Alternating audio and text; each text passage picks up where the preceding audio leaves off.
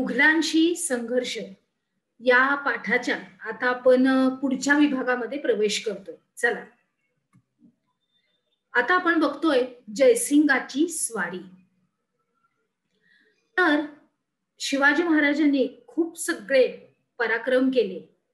तर मग आता ह्या आपल्या शिवाजी महाराजांच्या या वाढत्या हालचालीचा बंदोबस्त करण्यासाठी औरंगजेबानं मिर्झा राजा जयसिंग हा आपला अनुभवी आणि मातब्बर असा राजपूत सरदार महाराजांवरती पाठवला.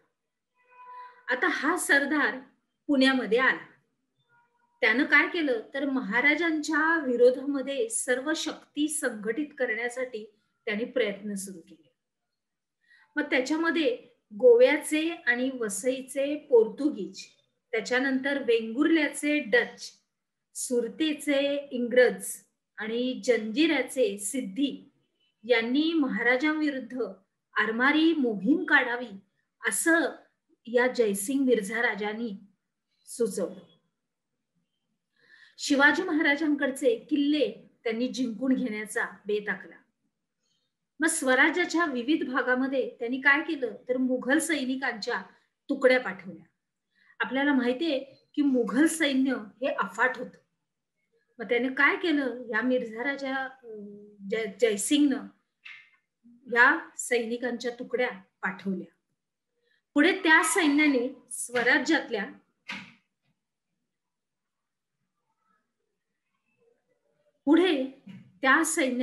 स्वराज्यातल्या भूप्रदेशाची मोठी हानी केली.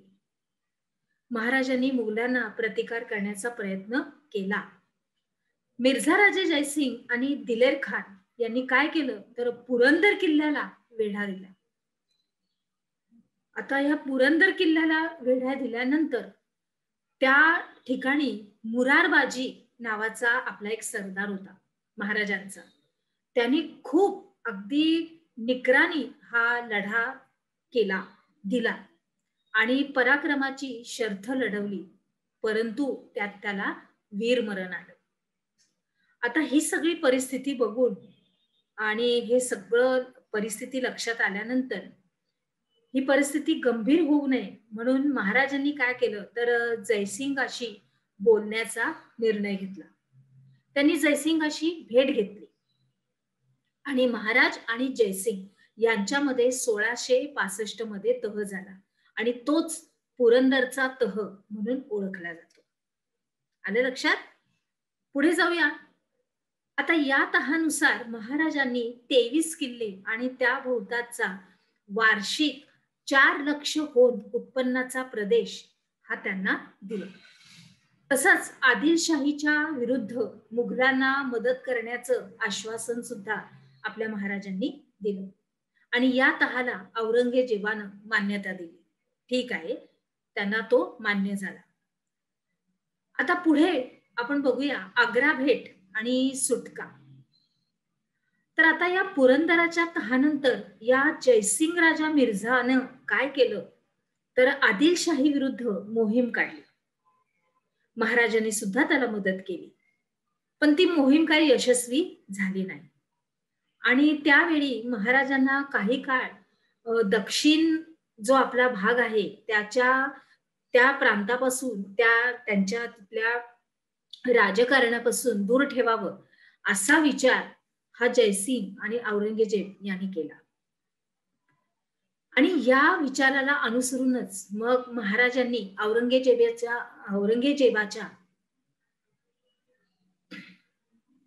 या विचाराला अनुसरूनच महाराजांनी औरंगजेबाच्या भेटीस यावे असा प्रस्ताव त्यांनी मांडला. शिवाय आता दिल्लीत जाणार म्हणजे त्यांच्या सुरक्षिततेची हमी सुद्धा त्यांनी दिली. आणि मग याच हमीवरती आणि हा प्रस्तावावरती आपले महाराज आग्र्याला निघाले. बरोबर आपले राजपुत्र संभाजी सुद्धा होते. आता इतर जीवाला जीव देणारे काही निवडक सहकारी सुद्धा होते. आणि मग महाराज आग्र्याला पोचले. पण औरंगजेबाने त्यांना योग्य तो मान हा दिला नाही आणि त्याच्यामुळेच त्यांनी खूप संताप व्यक्त केला. त्याच्यानंतर जवळजवळ असं झालं की औरंगजेबाने त्यांना नजरकैदेतच तिथं ठेवलं. म्हणजे बाहेर जाऊच दिलं नाही आग्र्याहून.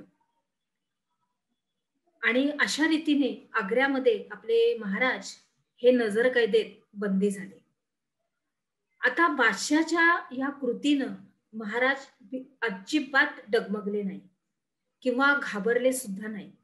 तर त्यांनी या नजरकैदेतून सुटका करून घेण्याची योजना आखली आणि त्याच्याप्रमाणे आपल्या उपक्रमामध्ये नाहीये, आपल्या मुद्द्यामध्ये, पण त्यांनी अशा रीतीने एक योजना आखली, की त्यांनी आजारी पडण्याचं सोंग घेतलं आणि त्या सोंगाबरोबर त्यांनी मौलवी, साधू लोकांना फळं पाठवण्याचं असं ठरवलं.